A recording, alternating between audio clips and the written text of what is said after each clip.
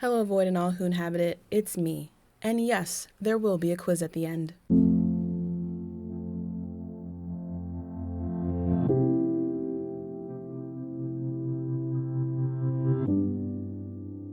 I wrote this script in December and I'm now recording on January 31st, so I can only imagine what hellacious level of discourse has been brought to our collective timelines for the month of February. But a common refrain around this time of year, one that just like Black history actually exists year-round, is the idea that because we Black audiences didn't value good media, it stopped being produced. This rationale walks hand in hand with "we don't need movies about slavery anymore," down a path of regurgitated takes about Black media. Diving into the importance of historical fiction is a pretty substantial train of thought on its own, so we'll save that for a later time. But as for the idea that a lack of support immediately equals a reduction in productions, there's a bevy of factors outside of a lack of viewership that can impact the lifespan of a piece of media. One of the most infamous instances in Black media history was UPN's short time on our collective airways. Excuse me, hasn't the question of what happened to UPN already been asked and answered? Well, yes! Hell, Lil Bill posted a video naming the ubiquity of these types of videos as I was editing the script for this one, but I don't do market research. And more importantly, I'm hoping to comb through how the television industry was operating in conjunction to why this particular venture failed. I hope you're interested in wading through the weeds with me, but other videos to check out will be linked in the references page. What about the WB? Although UPN and the WB rose and fell around the same time and have both been described as being very Black channels, I'm focusing on UPN over the WB because the latter pivoted away from Black audiences faster. We'll talk about this more in detail in like 20 minutes, but I wanted to address that up top as well. Lastly, although I'm digging through industry specifics, this is a fairly condensed rundown of history. If you're interested in even more finer details, I invite you to check out the references page. Shout out to the references page, actually, she's working really hard today. So with all that in mind, allow me to disabuse you of the notion that because we didn't value this media when we had it, all of it went away.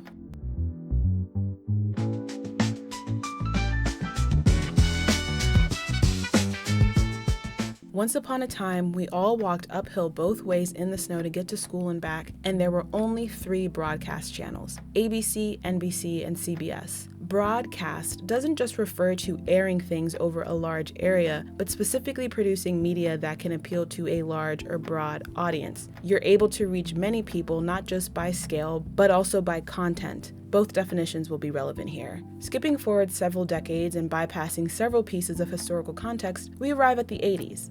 Actually, one piece of historical context as a treat. FinCEN, or the Financial Interest and Syndication Rules as it's biblically known, was a set of rules imposed by the FCC in 1970. FinCEN was meant to curtail dominant control of the television industry by the Big Three, the aforementioned ABC, NBC, and CBS. Traditionally, television was financed via deficit funding, wherein a network would pay a licensing fee while a studio or production company shoulders the production cost of a show. The licensing fee, aka the money paid for the rights to air a show, would normally be lower than the cost of production, so the studio or production company would be operating at a deficit until the show reached syndication. Syndication is the process through which the rights to air a show are leased to another network, who then has to pay a licensing fee each time they want to air said show. You might be aware of the arbitrarily decided 100-episode cap needed to reach syndication, but what's even more important to know is that the original producer and distributor of a show makes profit by way of these syndication licensing fees. Back to 1970. The FCC, through FinCEN, comes in and says that networks could no longer air syndicating programming they had a financial stake in, nor could they own syndication arms. Meaning, if you were one of the Big Three, you could no longer rerun programs you partially produced on your network, nor could you run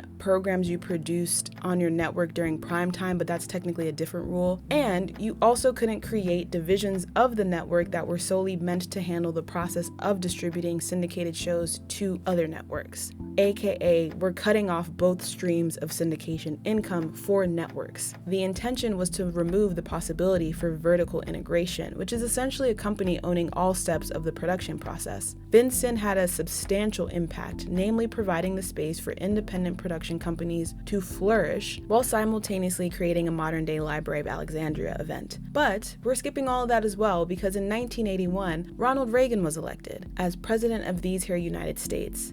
FinCEN, like many government regulations in J. Cole's banana-like flow, began to be peeled back. Fun fact, actually, FinCEN is one of the few regulations Reagan tried to keep intact. But anyway, no longer required to air primarily independently produced programming, networks were shifting to once again profit via airing programming they produced during high-traffic time slots, or as syndicated reruns. By 1986, regulations had lifted high enough to embolden big-time businessman Rupert Murdoch to launch Fox Broadcasting Company as the newest iteration of the fourth channel. Excuse me, I thought this was about UPN. The context is important here, I promise. Others had tried to compete with the major three broadcasting channels for the coveted fourth spot since the start of television, honestly. But what would make Fox different from past failed networks is that Fox would participate in narrowcasting. If broadcasting is the production of media meant to entice as many viewers as possible, narrowcasting is the production of media that targets a specific audience. In Fox's case, the key viewership included adult animation fans, true crime junkie progenitors, and Black audiences. Now, by the mid-80s, basic cable was a thing, and BET, Fox's competitor in ways, had launched 3 years prior to the introduction of this new broadcast network. But not only was Fox providing a free location for shows targeted towards Black viewers, Fox had more resources to air a larger array of Black-led and produced programming. The bevy of shows offered by Fox also provided a launching point for many Black creatives in the entertainment industry to start decades-long careers. Fox presented a new approach to network broadcast TV. However, by the mid-90s, Fox would make a hard pivot to primarily airing and producing more shows in their now familiar niche of sports, adult cartoons, and propaganda, canceling most of their Black shows in the process. Around the same time this shift in Fox's programming was happening, FinCEN was disintegrating, and by 1993 would be completely repealed, meaning networks had no restrictions against airing the same shows they produced. The possibility to be the next media conglomerate to establish a profitable broadcast network seemed strong.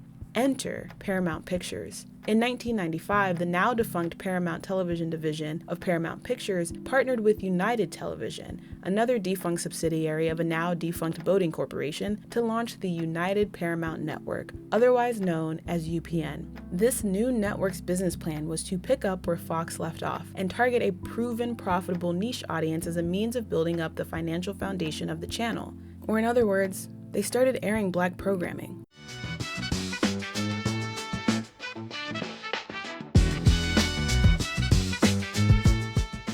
Well, actually, UPN initially tried to make sci-fi and genre dramas, specifically westerns, the core of their network. But it wasn't working, so by the 96-97 season, they pivoted to the Fox-proven strategy of success. One bit of fun and relevant context, the US television season runs from fall to spring. Think academic year versus calendar year. Why is it like this? Why not? Why? Why not? Now, in large part, UPN was able to make this shift because the other broadcast networks, specifically Fox, were dumping a lot of their Black shows and left a gap in the market. Additionally, this wave of cancellations also meant there was popular programming available to be picked up by UPN and the WB. I told you the WB would come back. These newer netlits soon became the place where a lot of well-loved series ended. The term netlit is often used to describe UPN and the WB because of the limited amount of programming the broadcasters would air. Both distributors took a few years to build up a programming schedule that offered something every night. A large amount of what was initially offered was Black-led and produced, again as a way to profit off of the gap in other networks and swoop up canceled series. But also, and perhaps most importantly for UPN, Moesha debuted in the 95-96 season to great success. In the aforementioned 96-97 season, where there is this huge pivot, we can see that despite UPN only offering 3 nights of original programming, 2 of those nights were dominated by Black-led and produced shows. This proportion is extremely important when considering how UPN would soon be labeled as a Black network. It's not that popular Black programming didn't exist elsewhere. ABC had Sista Sista, NBC had The Fresh Prince of Bel-Air, but just like Fox, UPN, and to a lesser extent the WB, would be segregated from the herd because the Netlit's lineup allowed audiences to see Black people multiple nights a week. It's also notable that this large, quote-unquote, selection of Black programming was perceived as isolating to white viewers and thus more damning to the netlit. The amount of programming paired with that perception is what makes the UPN feel blacker than the WB to me. But I will admit that the WB had a notable amount of Black programming. Similarly to Fox, both channels provided a flourishing niche space for Black creatives to thrive. However, the WB was soon worried about the impact their scheduling would have on their longevity. By the 98-99 season, the netlit pivoted to airing dramas targeted towards young women as the bulk of its programming, and those prominent Black sitcoms would be relegated to Thursday nights, a less advertised weekday slot. Meanwhile, UPN was still offering Black programming options on multiple nights a week. However, while UPN offered a larger array of programming and many of it was long-lasting, impactful media, not all of their shows were met with excitement from Black audiences. Premiering in 1996, Homeboys in Outer Space, a show about two astronauts in the 23rd century gallivanting around the galaxy that you can watch in totality on YouTube, was immediately met with criticism based off of the name alone. Also, apparently the show was referenced in season 4 of Atlanta because if you're a Black weirdo born after 1980, you will inevitably find yourself connected back to Donald Glover. Anyway, on paper, Homeboys in Outer Space should have worked for UPN. It overlapped the Netlit's two primary target audiences at the time, Black viewers and sci-fi fans. But the show was accused of playing into negative Black stereotypes, and the low-quality special effects were campy before its time. The show is kinda crazy. In the pilot episode, one of the main characters does get pegged by their talking lowrider spaceship LaQuasia, and it's riddled with 90s era misogyny, but the series was created by a well-known Black writer-producer and featured an all-Black lead cast, which is notable because Homeboys in Outer Space was canceled right as concerns about, quote, racially polarizing shows were resulting in a larger emphasis on multi-ethnic casts across broadcast TV. Homeboys in Outer Space also had terrible ratings, so I'm not suggesting that this pivot is the sole reason for its end. Rather, I want to point out that organizations criticizing the lack of racial diversity across network television led to a desire to present America as a mixing pot or whatever the fuck. That change impacted what was produced moving forward for both predominantly white and Black shows. The desire for more multi-ethnic casts and the criticisms about negative Black stereotypes factors heavily into UPN canceling Homeboys in Outer Space. Kelly Cole, in their article Can You Say P-Failure, argues that this shift in mainstream attitudes was instrumental in the development of The Secret Diary of Desmond P-Pfeiffer. The P is not meant to be silent, don't come for me. Airing for just 1 month, The Secret Diary of Desmond P-Pfeiffer follows a Black English gentleman serving as President Lincoln's butler in the middle of the Civil War. Starring Chi McBride and Detective Cragen from Law & Order SVU, the show would be better described as the misadventures of a Black valet handling the bumbling, drunk, and horny white people leading the nation at a crucial time in American history. Also, he has a gambling problem, which is why he's working because he has to get imported to the States to pay off his debts. And this is happening as slavery is still an active thing. The NAACP protested this show before it ever aired. The pilot episode was scrapped when, despite heavy negative feedback, producers kept in tasteless jokes, including one where the Black British protagonist tells Ulysses S. Grant, "With you in charge, I'll have to get my cotton picking skills up." And what aired as the pilot is technically the second episode because, yeah, even after people marched outside of Paramount gates, UPN was like, "We're sure the rest of this is still good to air." With this, Desmond, but I need you to tap for me. Sure, make the Black guy tap. There is a lot to pull from the decision to develop, produce, and air this show. Cole's article is a great read. I highly recommend you check out the full thing. But what really stuck out to me is that the only thing whiter than the cast was the writer's room. This show was created by 2 lead writers from the Golden Girls, and I love the Golden Girls, okay? Anyone who knows me in real life would tell you that, but what the fuck do they know about cameras? Also, the show is misogynistic as f***, so I'm not sure what writing for the Golden Girls brought beyond a strong understanding of comedic timing. Moreover, The Secret Diary of Desmond Pfeiffer was a show set in the 1860s with an anachronistically loose at best handling of race and a dismissively disrespectful one at worst. It's not impossible to apply a layer of modern comprehension to characters in the past, even as a comedy, but Desmond Pfeiffer seemed a bit lacking in the best way to approach race as a layer to the story. To even temporarily go through life as a Negro. Oh, it hadn't been that bad. I have been able to get a lot more white women. This difficulty, paired with the fact that there's only one black character and he is exceptionally exceptional, makes it evident to me that the importance in finding a way to appeal to white audiences was growing more paramount. As such, UPN tried to move from black-produced programming to shows that simply featured a black main character, and this shift signaled the beginning of the end.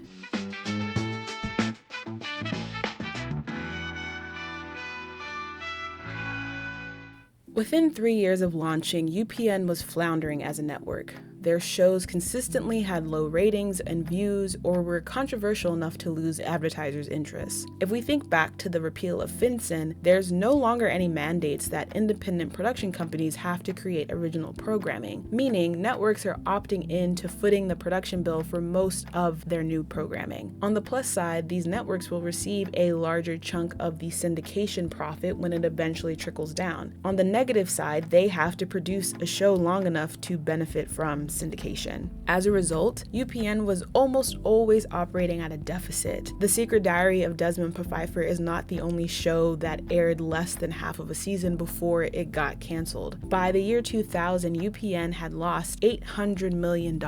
That number is already high as hell, but just for fun, if adjusted for inflation in 2024 when I actually ran these numbers, that's over $1.4 billion today. The ship was sinking fast. However, there's a couple of particularly damning events on the timeline. Starting in 1998, new president of the Netlit, Dean Valentine, desperately tried to pull in white male viewers. Most notably, in 1999, he brokered a deal with familiar public enemy Vince McMahon to bring WWF SmackDown at the time to UPN. Valentine had the specific intent to change the network's voice to a testosterone-driven male alternative to the WB. Also in 1999, Viacom, the new umbrella over the Paramount Television subsidiary, merged with CBS. Regulation loopholes required Viacom to purchase half of UPN from United Television. The fine details of the litigious rigmarole isn't as important as simply knowing that the proceedings A, were very costly, and B, opened up a bidding war which allowed Fox to purchase 2 of UPN's most valuable affiliate stations. An affiliate station is the local broadcaster of a larger network. Think your local ABC news station with the fine-ass weather person. Affiliates are beneficial in the profit via syndication model because they can be a guaranteed place to air reruns in addition to contracted programming. With Fox's purchase, UPN now had fewer financial avenues for their programming. On top of this, the Big Three and Fox, who are now the Big Four, weren't interested in syndicating UPN or the WB shows. So now there's an even greater financial pressure to make something shake. Because of this, you'll find a lot of cancellations, premieres of new shows, and or retooling of shows mid-season around this time on UPN. In an effort to revitalize the network and to recoup losses from, among other things, failed shows, UPN acquired Buffy from the WB in 2001, a deal to the tune of $102 million with a $2.33 million per episode licensing fee for the first 5 seasons. That's a roughly $185 million price tag with a $4 million per episode fee in today's monies. Ironically, the cost of the franchise, if anything, only worsened UPN's deficit. But taking the WB's flagship show also points to another shift in the target demographic. These changes culminate in 2002, wherein network president Valentine resigned, kinda dramatically, and UPN brought in a new president, Don Ostroff, previously of the Lifetime Network. Quite a few of my sources point to Ostroff's reign as president of UPN, resulting in the biggest shift in the network's ethos, probably because hers was the last. But I want to first point out that Ostroff was handed a major problem with the network that's hopefully been evident in this timeline of key events. UPN had inconsistent branding. Remember that noteworthy proportion of Black-led and produced shows I mentioned earlier? By the early 2000s, those only accounted for one night of programming. The rest of the week was whatever the fuck.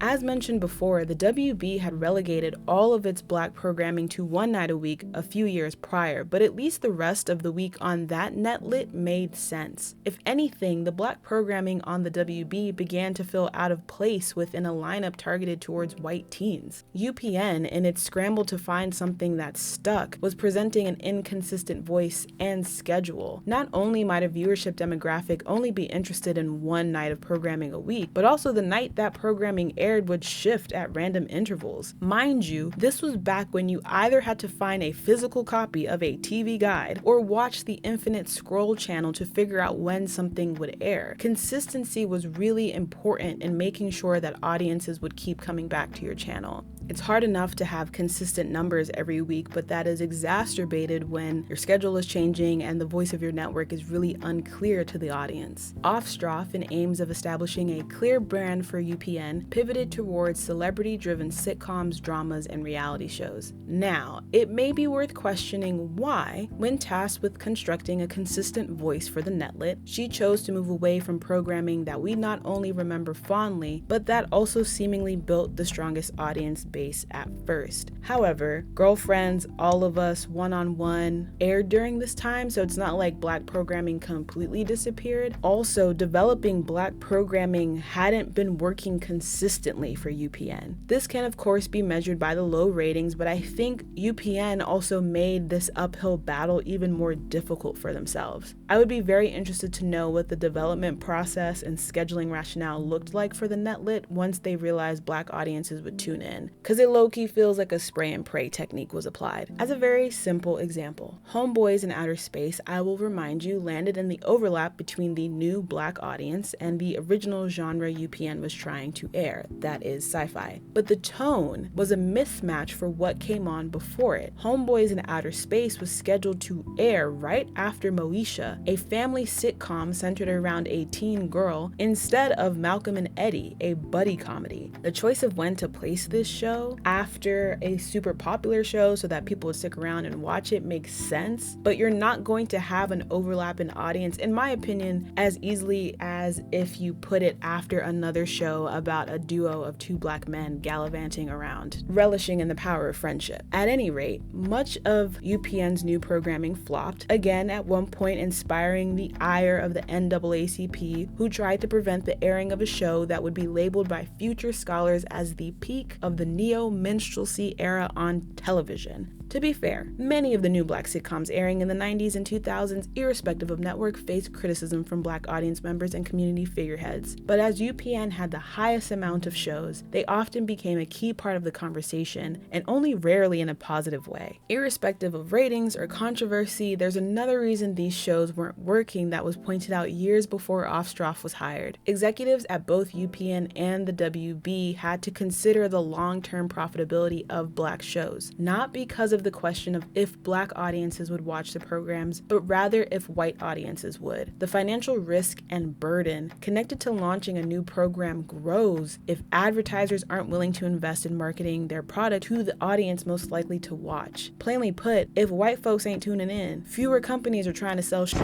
during commercial breaks. Also, it's worth noting that reality TV is cheap to produce. There's also the possibility that some of the stars behind these celebrity-driven shows were helping with production costs. So there's a myriad of factors that possibly impacted Ostroff's decision beyond what programming she personally might have thought would have worked. Regardless, although UPN initially started picking up speed through its appeal as a broadcasting channel with a bevy of Black programming, Ostroff's shift meant that the netlit was now targeting a quote-unquote broader spectrum of young female viewers. Inevitably, this meant UPN and the WB were once again actively competing for a similar demographic. This would culminate in 2006 when UPN would merge with the also struggling WB to make the CW, which, fun fact, stands for CBS plus Warner Brothers. The plan was then to focus on their most successful programs, teen dramas that tend to be as white as the Republican National Convention. So, bringing it all back, what was the reason? On paper, it's a combination of low ratings, bad financial investments, and inconsistent branding that tanked UPN as a network. But UPN, and to a lesser extent the WB, was also navigating the double-edged sword of appealing to an underrepresented population while also being dinged for it. The biggest example is that when the WB was trying to sell Buffy, the program wasn't perceived as high-performing enough for the Big Four to genuinely consider the financial risk of acquiring it.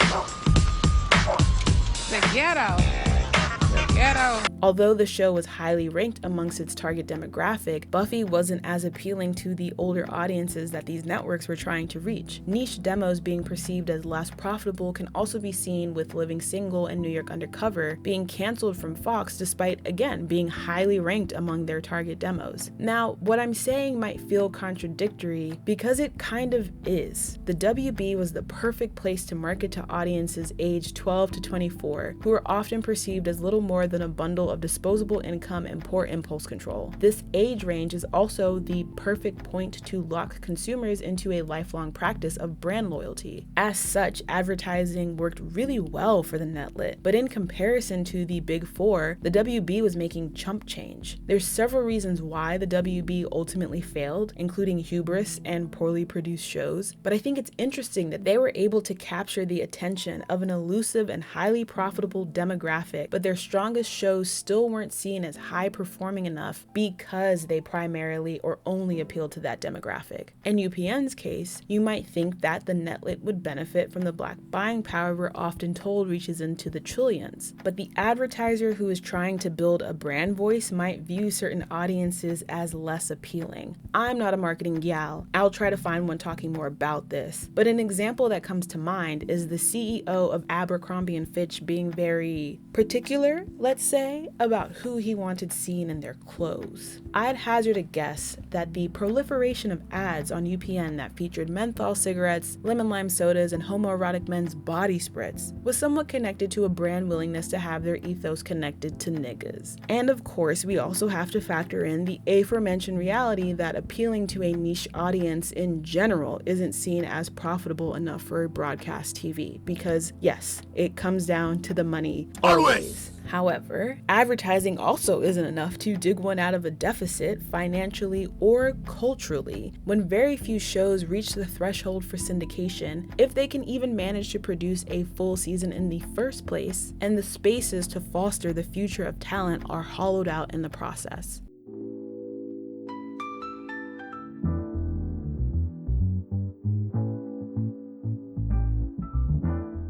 With the end of UPN, we see this shift away from Black-produced sitcoms towards dramas. Early cable television established what we now know as the prestige drama, which are these bigger budget, harder hitting dramas that typically cover more complex topics than you might find on network TV. That immediately became replicated across TV. So it makes sense that narrowcasted content would make a switch as well, away from sitcoms and towards drama. Network broadcast channels losing their viewers to cable also tried to match this desire for harder hitting dramas in their programming. I'd argue that the desire for network TV to replicate cable is strongly responsible for the push away from sitcoms and towards high drama, nearly melodramatic hour-long programming as the next trend in Black media, more so than the taste of individual creators. Additionally, the removal of FinCEN paired with deficit funding kind of makes this self-fulfilling prophecy, wherein networks only want to produce what they know they can make money off of, which when they get scared, they just go to repeating whatever has been proven successful, which again, for a lot of networks wasn't Black programming, at least not to the level which they wanted. What is reflected in both of these changes, a move towards dramas and a desire to recreate the wheel essentially, is that Black-led and produced series either moved to cable where narrowcasting thrives and you're allowed to do to a certain extent whatever the fuck network you want because people will come and watch it and they'll pay to watch it, or these Black-led and produced series returned to being one of the few, the proud, the Black series on a network that can't have too much, or, you know, people will get the heebie-jeebies and scatter off. I did mention previously that BET was founded around the same time as Fox, and it kind of is set up as the antithesis to what was happening on network TV. In fact, BET was thriving during this tumultuous era for UPN, but that's a separate deep dive for a separate time, or again, you can watch any of the other aforementioned videos. What's relevant here is that a network hub for cultivating talent for scripted content, both in front of and behind the camera, stopped existing in the same way as those early days on UPN, the WB, or Fox, be it broadcast or cable. I say scripted specifically because if we look at BET,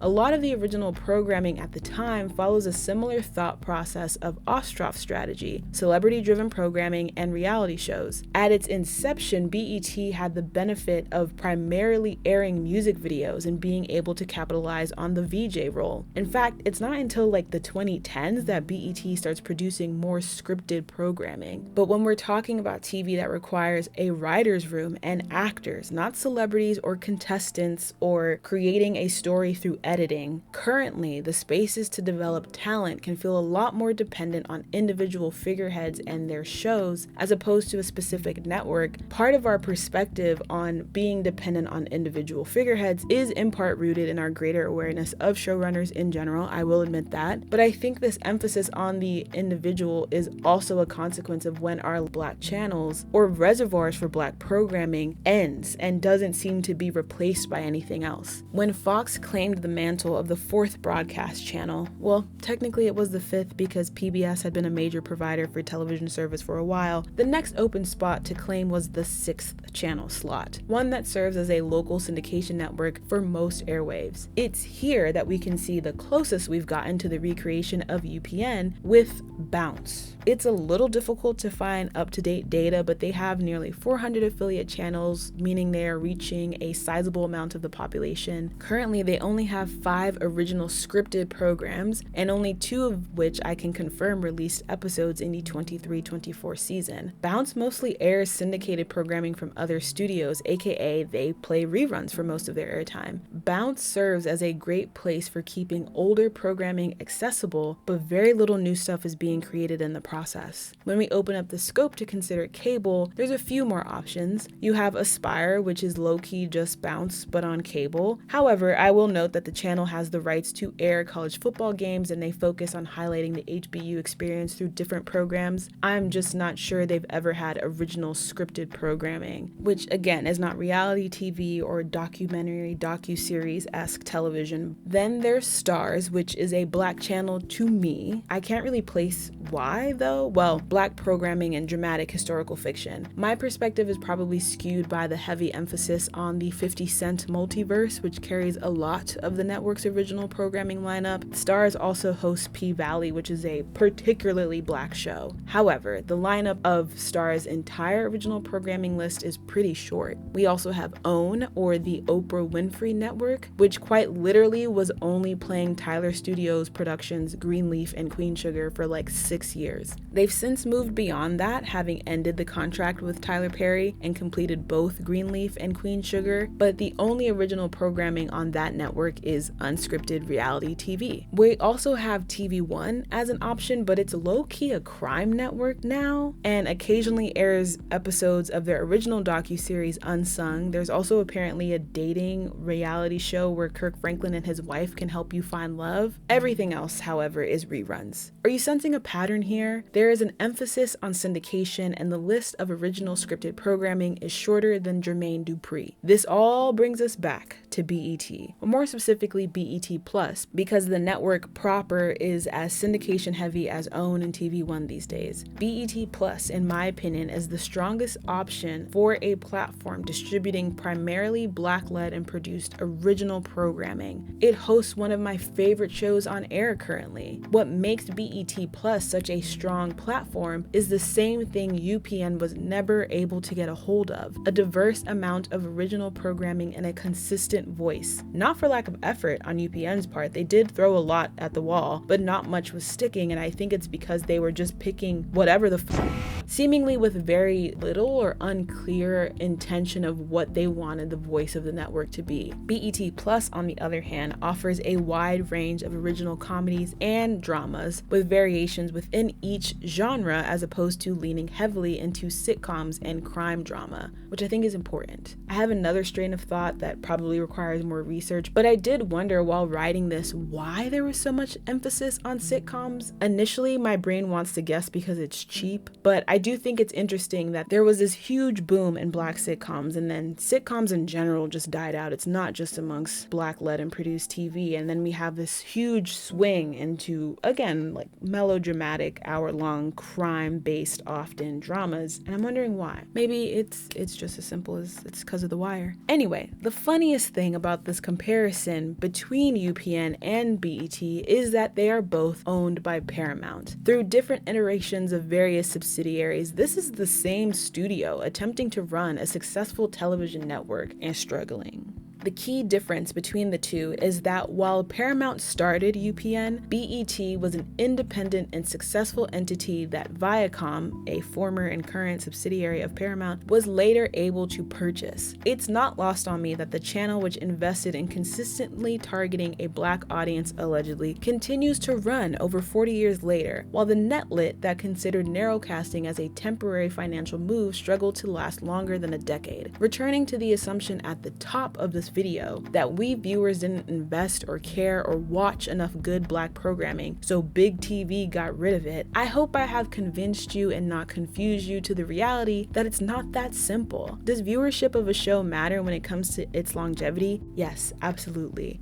Do ratings matter? Arguably more than viewership. Heavy on the arguably though, because shows like The Mayfair Witches continue to exist. No shade, I love that show. But beyond both, a producer's willingness to take on a financial risk, along with the perceived and actual return on investment of said financial risk, arguably matters more when it comes to considering larger production trends. My understanding from my research is that UPN and the WB were expected to be easy wins. When that expectation turned out to be false, whether it was 6 years in or from the jump, executives started acting scary. Unfortunately, your viewership alone cannot sway the marketing decisions of mega corporations or the production budgets of studios or the development processes of networks. When our demographic is seen as a gimmick meant to establish the fiscal foundation of a media conglomerate that will pivot away from us as soon as financially feasible, it follows that shows are quickly cycled in and out. And that's before you consider that when a target demographic is perceived as a risky one, it's possibly more tempting to find reasons to move away from them in the first place.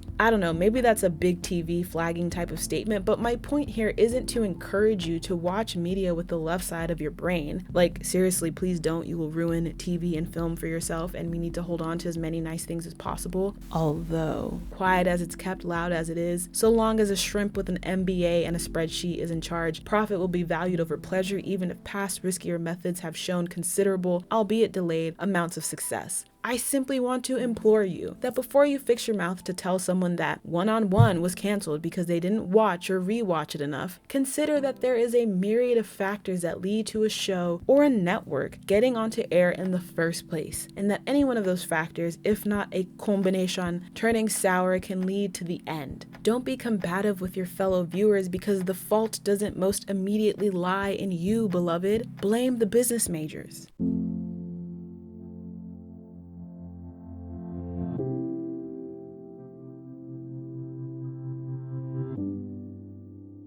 If you made it to the end, thank you for making it to the end. If you're watching early from Patreon, thank you for your support. If you remember ads for cool cigarettes and body spray, drop a thinking cloud emoji in the chat. Did you learn something new? Have you watched breakdowns of this time in history before? After I realized that, yeah, I've perhaps purchased a dead horse named Beat It, I became inspired by bastards speeding down the road, by booktubers who will all review the same book at the same time with nary a fuck. So why should I? If you are still here, it's time for the quiz. Woo! This is open note but not open book. Do not scroll back, I will know. 3-question quiz. 1. What does broadcasting mean? 2. When, during the week, did Homeboys in Outer Space air? There are 2 potential answers for this one. It is a bit tricky. And 3, how many reality shows is OWN currently airing? Pretend this is Twitch and that accurate answers will get you channel points. We'll figure out what you can redeem later. Maybe. Anyway, thank you again for sticking around this long. Hopefully this will be out by around Valentine's Day if you care, beloved. I don't know what we're going to talk about next. I take requests occasionally, so if you have any thoughts in mind, I would love to hear those as well. But this is long. I'm looking at it. As of where we are right now in the raw, it's about 57 minutes. So I'm going to stop talking and get to chopping, screwing, editing this down. Until next time, stay safe. I'll catch you in the next echo chamber.